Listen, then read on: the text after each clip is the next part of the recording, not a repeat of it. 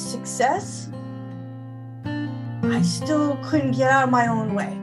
And the went from just weed and alcohol to now cocaine. And it was just a downhill spiral from there. And shortly thereafter, I found myself walking away from life onto the streets for 10 years. And when that didn't kill me, I was like, well, I guess the Lord's got other plans for me. So let's see if we can recover all that I lost. But you really can't go back and fix a dysfunctional mindset, life you grew up in.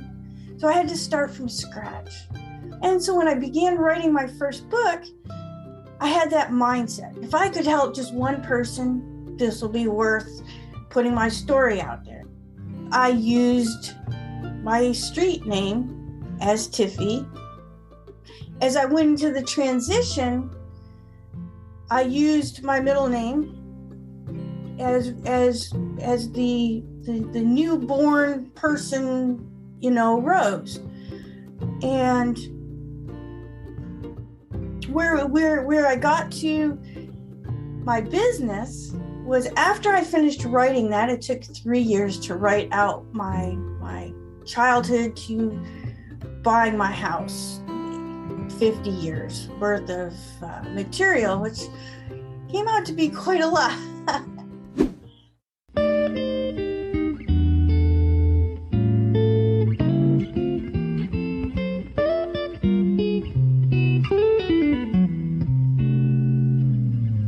Hello, everybody. Welcome to the podcast. Nice to have you with us this morning. It's like 10:30 in the morning on a Wednesday, I think it is. And I have somebody from South Florida with a beautiful background behind you there, by the way. Anyway, but Michele Rose is with us today. Michele, welcome to the podcast. How are you? I'm well. Thank you for having me, Dave. It's a pleasure to be here. So I'm up here in Canada and quite jealous of our Floridian guests that come on. But I guess it's pretty warm right now. Would that be true?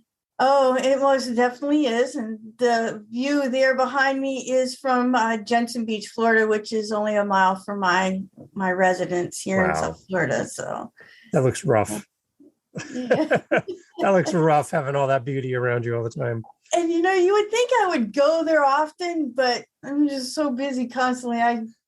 It's a tragedy. Right? And some guy in Canada wants you to do a podcast, but you could be down on the beach, but oh gee. Anyway, it's so good you have time for us today. I appreciate it. Thank you. So interesting backstory for you. And we talked a little bit in a little pre-chat before we hit record that when you're writing your books, you were writing under a pen name. So I've had other authors on that do the same for different reasons. And I'm curious as to kind of the background for you writing under a pen name and how that helps and how that maybe hinders you as an author. Well, thank you for that question. It has hindered me in the sense that as a business owner as well, and writing under a pen name, people are like, well, how many names do you have? Which was kind of weird for a while.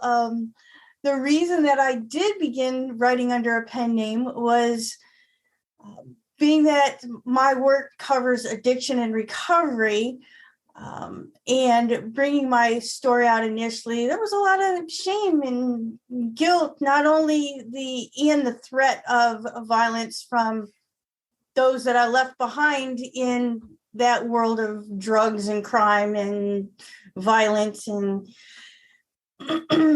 so when I initially wrote my first book or began publishing it, or searched out publishing it, was to hide my identity, not only to protect myself, but my children, my friends, family.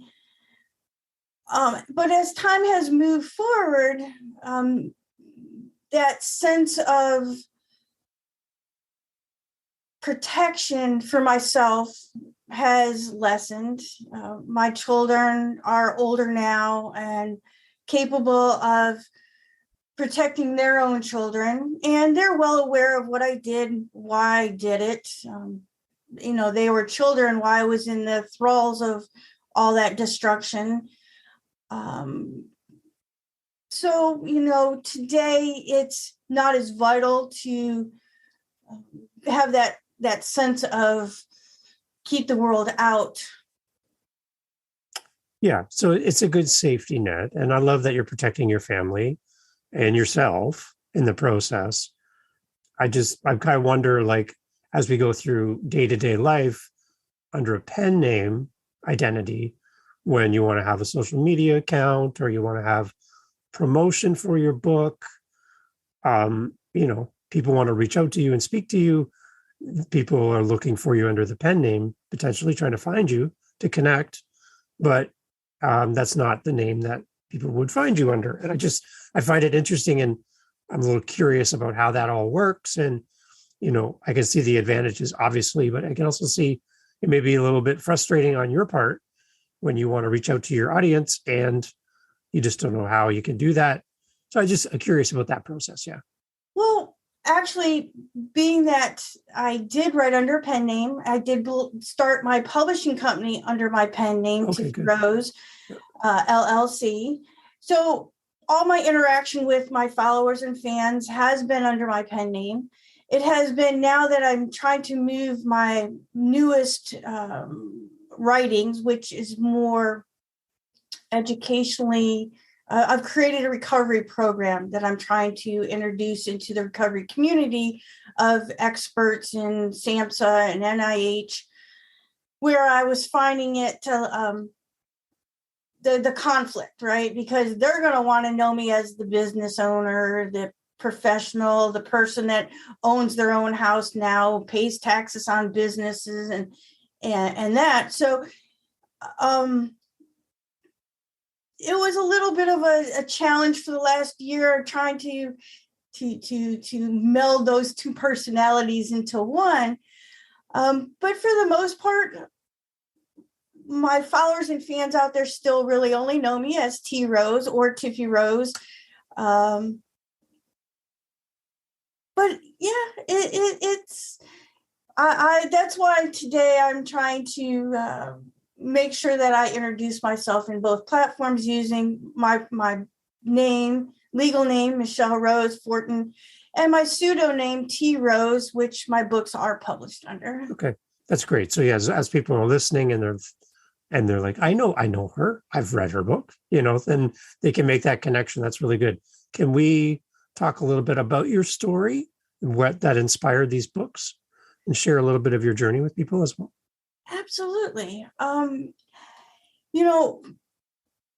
When I first began writing, I did it from a place of trying to first put closure on my own past. I was an abused child. And instead of taking that pain and shame and guilt and fear and searching for someone to help me deal with it, I suppressed it. And even when I had the opportunity in my early teens to get help, I blocked it all off. I'm completely walled off, hated life, hated the world, hated myself. And so I held all that in, and it came out in the form of addiction. I don't know if that was just to continue to self-torture myself. I mean, there's lots of psychological dynamics that have been said and told to me, and I have studied, because I spent then the last 20 years studying the psychology of the addictive mind of someone that's dealt with trauma. But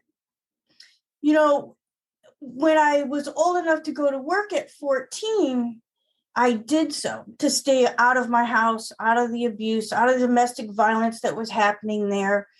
And I at first thought it would be a good thing, but then having funds at such an age and having still that confusion of an identity of self, of how to heal, it just fed the addiction monster as opposed to helping me navigate past it. And I then moved to South Florida after I graduated to get even farther away from that, not realizing that you can't run from yourself, right? And I think that's a big thing that a lot of addicts don't realize. You can't run from yourself. You will have to come back to that place to heal. And, even as I went to school for electronics, graduated top of my class, only girl in the class, right? They hated me, them guys. Went to work for a computer manufacturing company in the mid 1980s when they were just making these things. I mean, they were monster machines they were given to the public back in those days. Yeah. You might remember. Oh, yeah. Yeah. And I mean, even with all that success, I still couldn't get out of my own way.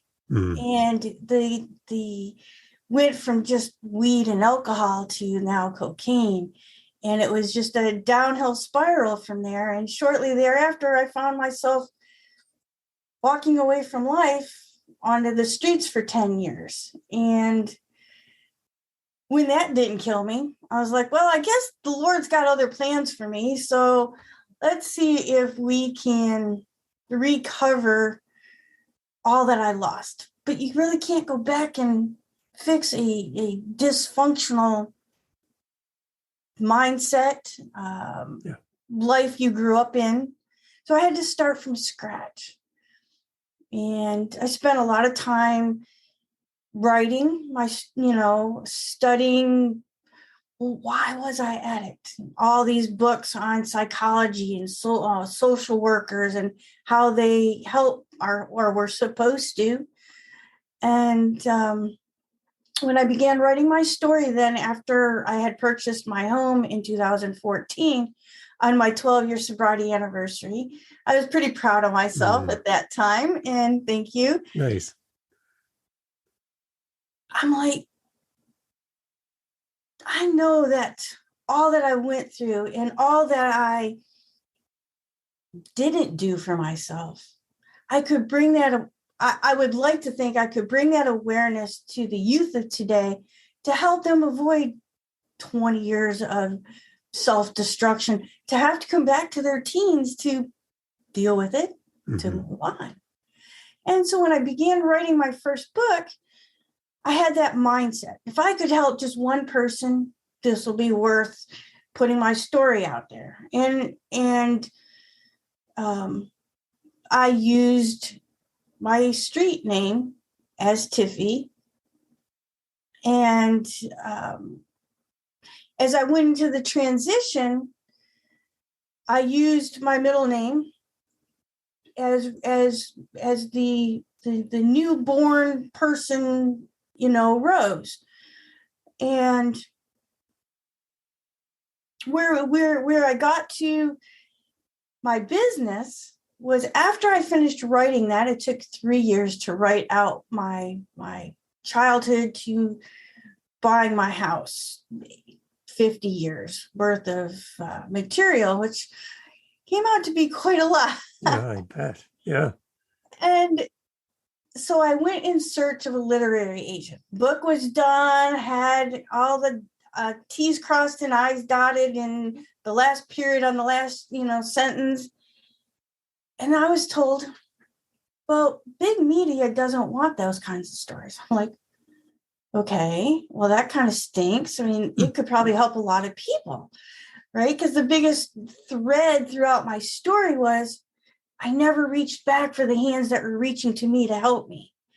And if you'd like to save yourself a lot of pain, reach back to that hand that's trying to pull you out of that darkness. Yeah. I'm like, well, that really stinks. Okay, let me see if I could get a publishing company to do this, since big media and literary agents don't want to be bothered because, well, let's see. As I continued now this many years later, realizing that maybe society doesn't want to help anybody, but that's a whole nother story. Mm-hmm. So I realized it was going to take about $5,000 to let somebody else own my book for the most part, do all the work. And I'm like, you're a pretty smart cookie. You can do this. So I set up my own business, set up the software that it takes to produce the print files and ebook files, and off I went. Wow. See, when somebody says no, or you can't, or we're not interested, you didn't stop, you didn't give up, you didn't shelve your book on the shelf, you continued. And that's amazing. That's wow. So if somebody's listening to this today, Michele, and they have a family member or themselves, as they listen, they can identify with the early parts of your story. Instead of having a, quote, expert who has head knowledge about how to survive and thrive through this kind of situation, but somebody like yourself who can speak from experience, what would you say to somebody listening today, directly impacted as you were, on how to get from where they are to a better place in life? Wow, that's a powerful question, and one that sadly too many addicts don't want to delve into, right? Because the familiar gets familiar. And after you've been stuck there for 10, 15, 20 years, how do you actually pick up, and where do you pick up, and how do you start over? It's difficult. And I would say to you that you have that strength in you to start, to build a new life. You can't rebuild your life from what was, because it's dysfunctional. Mm-hmm. You have to build a new house, a brand new one with forming the form, and build a slab, and then put the walls up, and then the roof on it. You can do this, and it does take time, because many times the road back is longer than the road there. But it can be done if you have I can do attitude. And in my book, my newest book series, the Quest Learning series, we've actually set the first 3 books of mine are now encompassed into one, the Quest Addiction Recovery Intervention, which is for the patient and helping them. It was originally a self-help series book. When myself and my team realized we need to do something with the peer specialists that are also recovered addicts and alcoholics trying to give back, but the chasm between the counselors who've never suffered, giving them a more in touch reality of how they can actually reach those patients. I went through 12 rehabs and 2 mental health hospitals to come out and go, y'all didn't help me at all. Which was what sent me on the journey to spend hours and hours and weeks, and it turned into years, reading psychology books, sociology books, social workers, but the text they study to get their degrees with all those fancy letters after their names.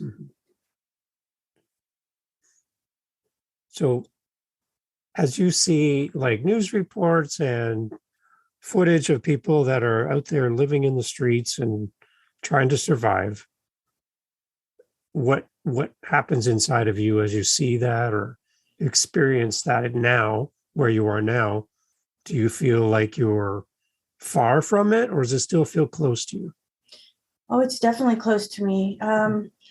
It's painful to me, and which is why, I don't want to date myself, but because here I am, I spent my retirement money to do what I'm doing, because it is that close to me, that important to me. I mean, it just, I can see the ripple effects from my children into theirs on my not being there for their young lives, right? To know today, many of the people that are my children's age have checked out of life, and they're the ones that are on the street now, and their children are being raised by the grandparents, who in most cases went through it and were able to recover, or only witnessed it year after year after year, sending their kids to rehab and watching them in and out of jail, and are just at a loss, and are, taking care of the grandchildren, trying to figure out how to draw that line of keeping the addict parent out of their lives, which sadly is a better, in my opinion, way to that was one of the reasons I just stayed away for 10 years. I felt it was less traumatic to my children than watching people I knew in and out of their kids' lives, right? They'd go in their kids' life, they'd be recovered for a month or so, and then they'd go back out. And it was more traumatic to have that closeness and gone again than to just be gone, in my personal opinion. So when you sit down to write a book like this, or a series of books like these, I would anticipate your hope would be that somebody's going to read this and you're able to help somebody. As you put the books out into the world and you wait for that first feedback or response, what's it like when you hear back from somebody impacted by your book and maybe a little bit about their story and how you help them through your writings? I do see and hear testimonials, positive ones every day, and it touches my heart. It makes me very, I don't want to say proud, but very happy that I was able to assist, because when I first spent all that I did to time and energy to do what I did and publish that first book, was if I could impact one person, was my only goal. And I'm very, very touched.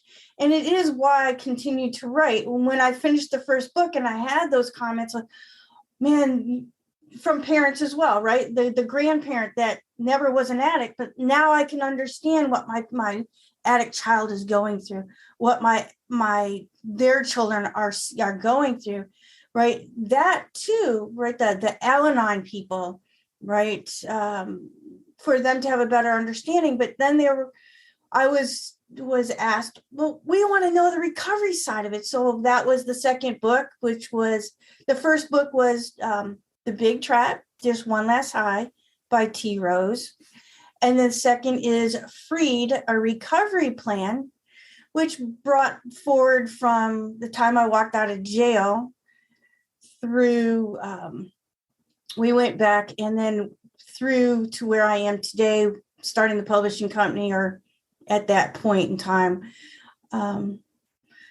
When we then continued with the original Quest series, Quest first edition, which was more therapeutic. Again, it was a self-help recovery series, right?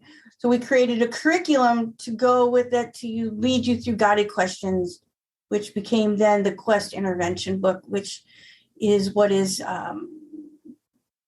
now. We took and put all three of them plus the curriculum into that, and took off the shelf the original Quest book. Wow. So yeah, okay, that's great. And as far as the publishing company as well, then how do you help authors? How do you assist, and what is the goal of the publishing company? Funny you should ask. Yesterday I had been at a 3-day conference last week, and I passed out some of my, cards to some people that were there.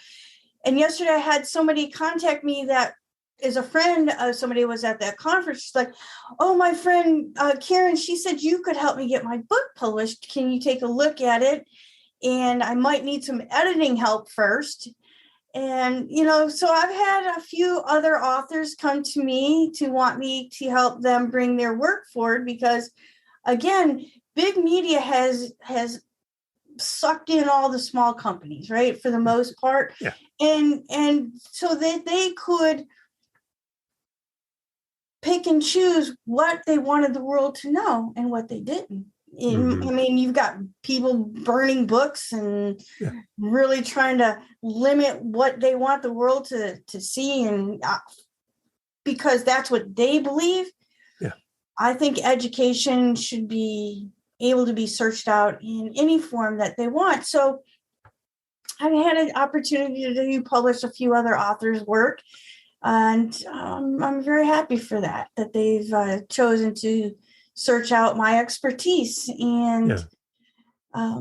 It's been cool. What a full circle moment, though, too, Michele. Like, you stood on the doorstep and they said no. And now you're on the door. People are coming to your doorstep and you're saying yes. So how about Kind of that? cool. Yeah, Right? that's kind of cool. That is kind of amazing. Yeah, That's great because you remember what it feels like to have that no. And now what? And now you can be the person that says yes. That's awesome. That's it amazing. is. Thank you. I appreciate Really, that. really good. So continue doing that. Don't ever stop. That's great. That's amazing. So if you have authors that you've worked with and they're looking to get on a podcast, please let them know about Living the Next Chapter. I would love to have any of your authors come on. Okay. 100%. 100%. That would be wonderful to share their message as well. What's the best way, Michele, for people to connect with you? They have a question about writing a book. They want to know more about your story. They're an author. How do they connect with you, Michele, so that you can help them through life? Well, to connect with my work, they could always go to my website, which is Tiffy Rose, recovery.com. And they can access me directly at rose@tiffyrose1recovery.com. But if you'd like to contact the publishing company, it would be tiffyrosellc.publishing@gmail. Okay. Beautiful. And that's all it takes. That's it. And you will get to speak directly to our guest today, which is amazing. Michele, what I love is hearing a story of somebody that has overcome and continues to overcome, because I don't think that anyone that's worked through any type of recovery, it's a one-time event. It's an ongoing event where you're living this every day and doing better every day. And that's the goal, right? And by what you're doing and how your life has changed, your family must be proud. You must be proud because you're sitting here today in a space where you might not have ever pictured this years ago, right? But it's only the beginning. And that's the beauty of it, right? There's so much greatness ahead for you. And for you to take time for us today, it's amazing. So before we close off, I always love to give the last word to my guests. What is your message to the world, Michele? People are listening to you. They identify with you already through the podcast. What would you like to say to people as we close off today? Well, I just like to say that you are a winner. You can accomplish anything you set your mind to. It may take you a short amount of time to get there. It might take you a bit longer to get there. Patience is a virtue, and never give up on yourself. Awesome. Very good. Michele Rose with us today. Please check out all of her information. We'll put all the stuff in the show notes. That way you can connect with Michele as well. And if you're an author and you have a question, this is the person to talk to. If you have somebody in your family that is struggling in life and you just need some words of wisdom from someone who has been there and can speak from the heart and from experience, again, Michele can help you. So thank you so much for your time today. And can we get back together again in the future? Is that okay? I would love to. Okay. I would definitely love to. So keep us in mind, because I'd love to kind of keep tabs on you, because I think some good stuff is coming ahead for you. It is. Thank you so very much.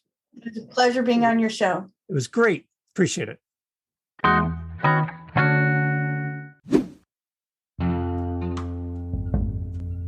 Hey guys, thank you for listening to the podcast. Jump over to livingthenextchapter.com, our website, and you will see a spot where you can leave a voice message. We'd love to hear your feedback. We're trying to make it as easy as possible to hear from you. So if you want your voice on this podcast, yes, that's possible. Go to livingthenextchapter.com. Click the little microphone icon, leave a voice message. And we'll insert your message into the podcast. Tell us where you're listening from. Tell us your favorite guest. Maybe there's a guest we should have on the podcast. Maybe you should be our next guest. Leave us a message, livingthenextchapter.com. Again, thank you so much for listening. Please share this podcast episode with one person. That's all we're asking. Meet you over there at livingthenextchapter.com. Thank you for listening. Thank you for sharing. Love to hear from you.